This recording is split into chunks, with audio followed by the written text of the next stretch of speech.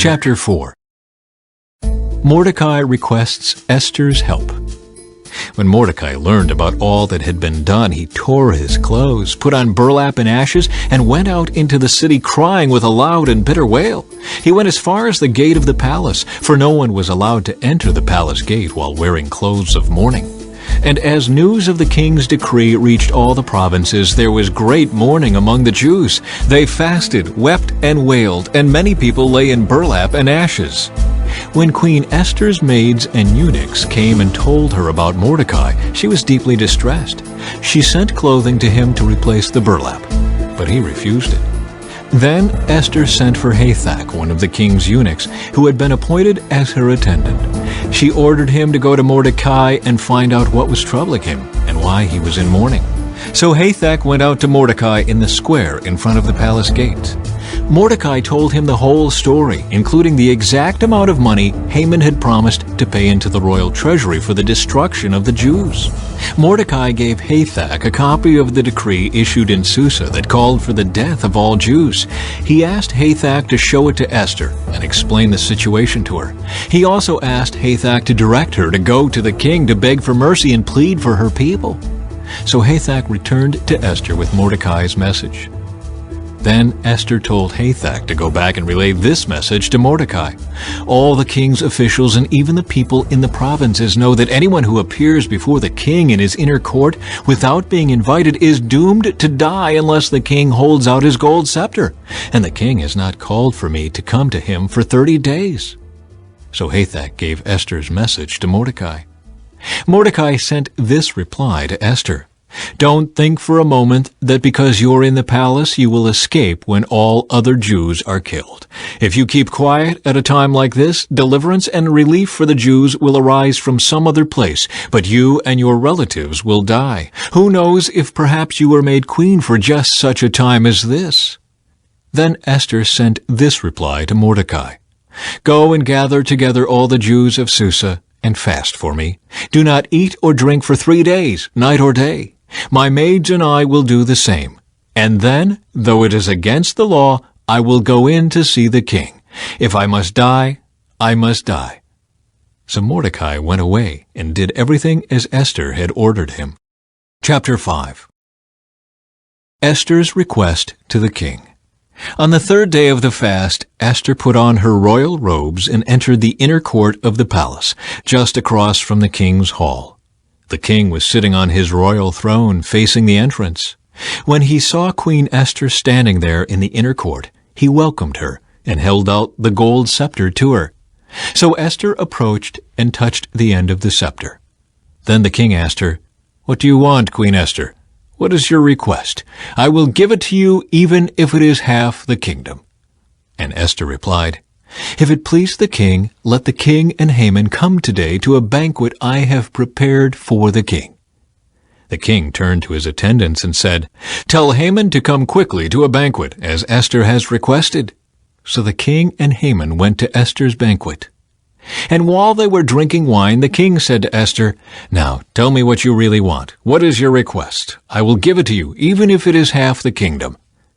Esther replied, This is my request and deepest wish. If I have found favor with the king, and if it pleases the king to grant my request and do what I ask, please come with Haman tomorrow to the banquet I will prepare for you. Then I will explain what this is all about. Haman's plan to kill Mordecai.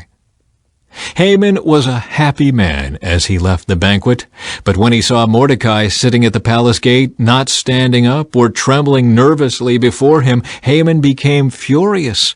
However, he restrained himself and went on home. Then Haman gathered together his friends and Zeresh, his wife, and boasted to them about his great wealth and his many children. He bragged about the honors the king had given him and how he had been promoted over all the other nobles and officials. Then Haman added, And that's not all. Queen Esther invited only me and the king himself to the banquet she prepared for us, and she has invited me to dine with her and the king again tomorrow. Then he added, But this is all worth nothing as long as I see Mordecai the Jew just sitting there at the palace gate. So Haman's wife Zeresh and all his friends suggested, "Set up a sharpened pole that stands 75 feet tall, and in the morning ask the king to impale Mordecai on it. When this is done, you can go on your merry way to the banquet with the king." This pleased Haman, and he ordered the pole set up. Chapter 6. The king honors Mordecai. That night the king had trouble sleeping, so he ordered an attendant to bring the book of the history of his reign so it could be read to him. In those records he discovered an account of how Mordecai had exposed the plot of Bigthana and Teresh, two of the eunuchs who guarded the door to the king's private quarters. They had plotted to assassinate King Xerxes.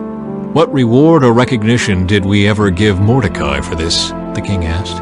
His attendants replied, "Nothing has been done for him." "Who is that in the outer court?" the king inquired. As it happened, Haman had just arrived in the outer court of the palace to ask the king to impale Mordecai on the pole he had prepared. So the attendants replied to the king, "Haman is out in the court." "Bring him in," the king ordered. So Haman came in, and the king said, "What should I do to honor a man who truly pleases me?" Haman thought to himself, "Whom would the king wish to honor more than me?" So he replied, "If the king wishes to honor someone, he should bring out one of the king's own royal robes, as well as a horse that the king himself has ridden, one with a royal emblem on its head. Let the robes and the horse be handed over to one of the king's most noble officials, and let him see that the man whom the king wishes to honor is dressed in the king's robes, and led through the city square on the king's horse. Have the officials shout as they go, 'This is what the king does for someone he wishes to honor.'" "Excellent," the king said to Haman. "Quick, take the robes and my horse and do just as you have said for Mordecai the Jew, who sits at the gate of the palace. Leave out nothing you have suggested." So Haman took the robes and put them on Mordecai, placed him on the king's own horse, and led him through the city square, shouting, "This is what the king does for someone he wishes to honor."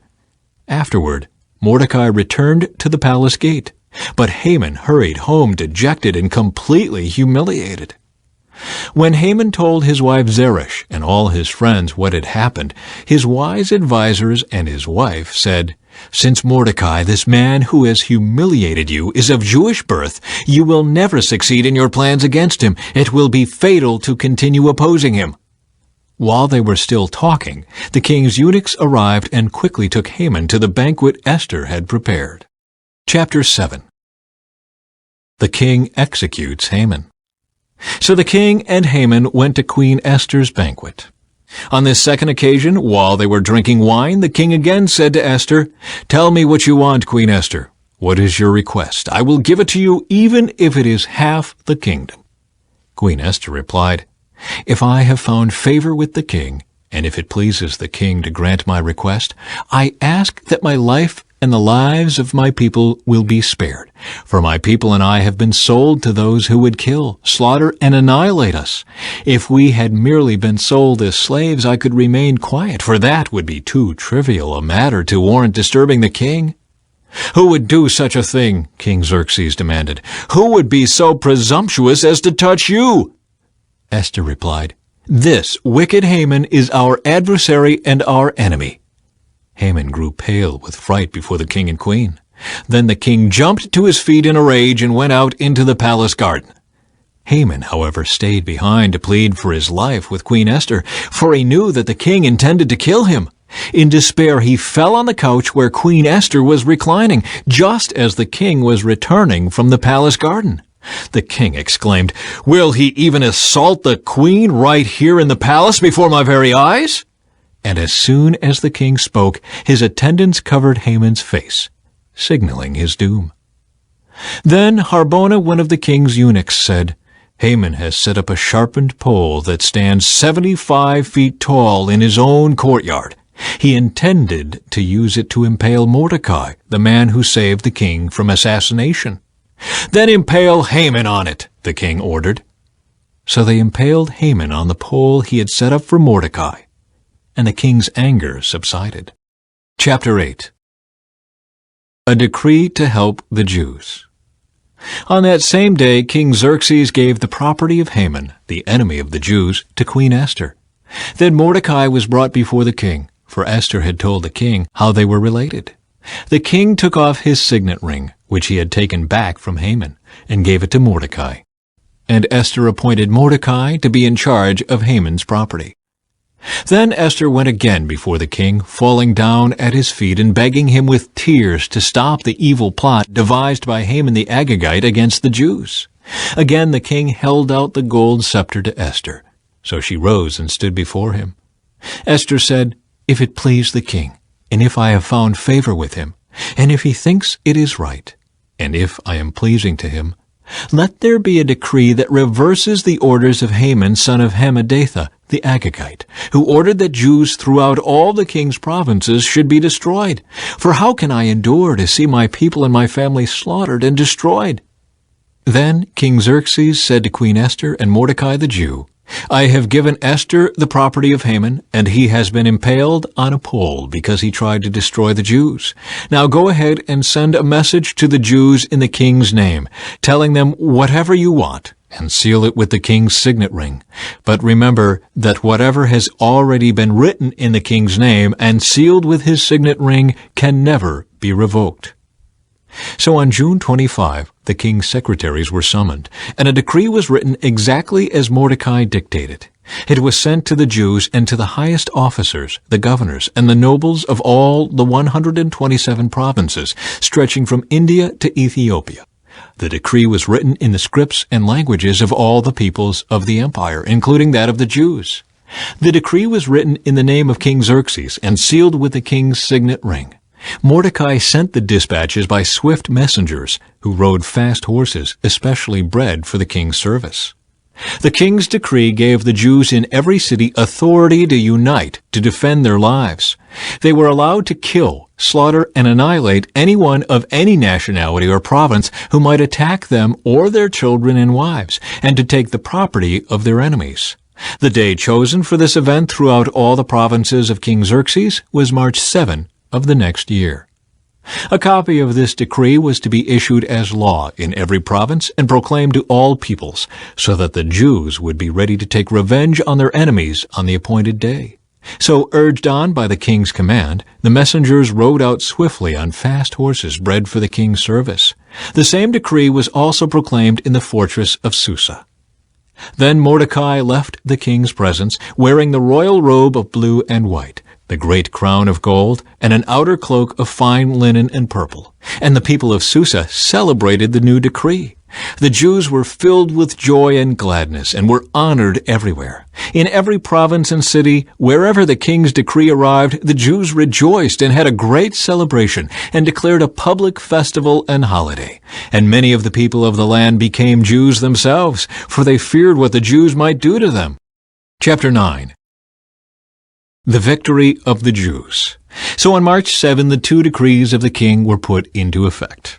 On that day, the enemies of the Jews had hoped to overpower them, but quite the opposite happened. It was the Jews who overpowered their enemies. The Jews gathered in their cities throughout all the king's provinces to attack anyone who tried to harm them. But no one could make a stand against them, for everyone was afraid of them. And all the nobles of the provinces, the highest officers, the governors, and the royal officials helped the Jews for fear of Mordecai. For Mordecai had been promoted in the king's palace, and his fame spread throughout all the provinces as he became more and more powerful. So the Jews went ahead on the appointed day and struck down their enemies with the sword. They killed and annihilated their enemies and did as they pleased with those who hated them. In the fortress of Susa itself, the Jews killed 500 men. They also killed Parshandatha, Dalphon, Aspatha, Poratha, Adalia, Aridatha, Parmashta, Arisai, Aridai, and Vizatha, the 10 sons of Haman, son of Hammedatha, the enemy of the Jews. But they did not take any plunder. That very day, when the king was informed of the number of people killed in the fortress of Susa, he called for Queen Esther. He said, "The Jews have killed 500 men in the fortress of Susa alone, as well as Haman's 10 sons. If they have done that here, what has happened in the rest of the provinces? But now, what more do you want? It will be granted to you. Tell me, and I will do it." Esther responded, "If it please the king, give the Jews in Susa permission to do again tomorrow as they have done today, and let the bodies of Haman's 10 sons be impaled on a pole." So the king agreed, and the decree was announced in Susa, and they impaled the bodies of Haman's 10 sons. Then the Jews at Susa gathered together on March 8 and killed 300 more men, and again they took no plunder. Meanwhile, the other Jews throughout the king's provinces had gathered together to defend their lives. They gained relief from all their enemies, killing 75,000 of those who hated them. But they did not take any plunder. This was done throughout the provinces on March 7, and on March 8 they rested, celebrating their victory with a day of feasting and gladness. The Jews at Susa killed their enemies on March 7 and again on March 8, then rested on March 9, making that their day of feasting and gladness. So to this day, rural Jews living in remote villages celebrate an annual festival and holiday on the appointed day in late winter, when they rejoice and send gifts of food to each other. The Festival of Purim. Mordecai recorded these events and sent letters to the Jews near and far throughout all the provinces of King Xerxes, calling on them to celebrate an annual festival on these 2 days. He told them to celebrate these days with feasting and gladness and by giving gifts of food to each other and presents to the poor. This would commemorate a time when the Jews gained relief from their enemies, when their sorrow was turned into gladness and their mourning into joy. So the Jews accepted Mordecai's proposal and adopted this annual custom. Haman, son of Hammedatha the Agagite, the enemy of the Jews, had plotted to crush and destroy them on the date determined by casting lots. The lots were called Purim. But when Esther came before the king, he issued a decree causing Haman's evil plot to backfire, and Haman and his sons were impaled on a sharpened pole. That is why this celebration is called Purim, because it is the ancient word for casting lots. So because of Mordecai's letter and because of what they had experienced, the Jews throughout the realm agreed to inaugurate this tradition and to pass it on to their descendants and to all who became Jews. They declared they would never fail to celebrate these 2 prescribed days at the appointed time each year. These days would be remembered and kept from generation to generation and celebrated by every family throughout the provinces and cities of the empire. This festival of Purim would never cease to be celebrated among the Jews, nor would the memory of what happened ever die out among their descendants. Then Queen Esther, the daughter of Abihail, along with Mordecai the Jew, wrote another letter, putting the queen's full authority behind Mordecai's letter to establish the festival of Purim. Letters wishing peace and security were sent to the Jews throughout the 127 provinces of the empire of Xerxes. These letters established the festival of Purim, an annual celebration of these days at the appointed time, decreed by both Mordecai the Jew and Queen Esther. The people decided to observe this festival just as they had decided for themselves and their descendants to establish the times of fasting and mourning. So the command of Esther confirmed the practices of Purim, and it was all written down in the records. Chapter 10. The Greatness of Xerxes and Mordecai. King Xerxes imposed a tribute throughout his empire, even to the distant coastlands. His great achievements and the full account of the greatness of Mordecai, whom the king had promoted, are recorded in the Book of the History of the Kings of Media and Persia. Mordecai the Jew became the prime minister, with authority next to that of King Xerxes himself. He was very great among the Jews, who held him in high esteem, because he continued to work for the good of his people and to speak up for the welfare of all their descendants.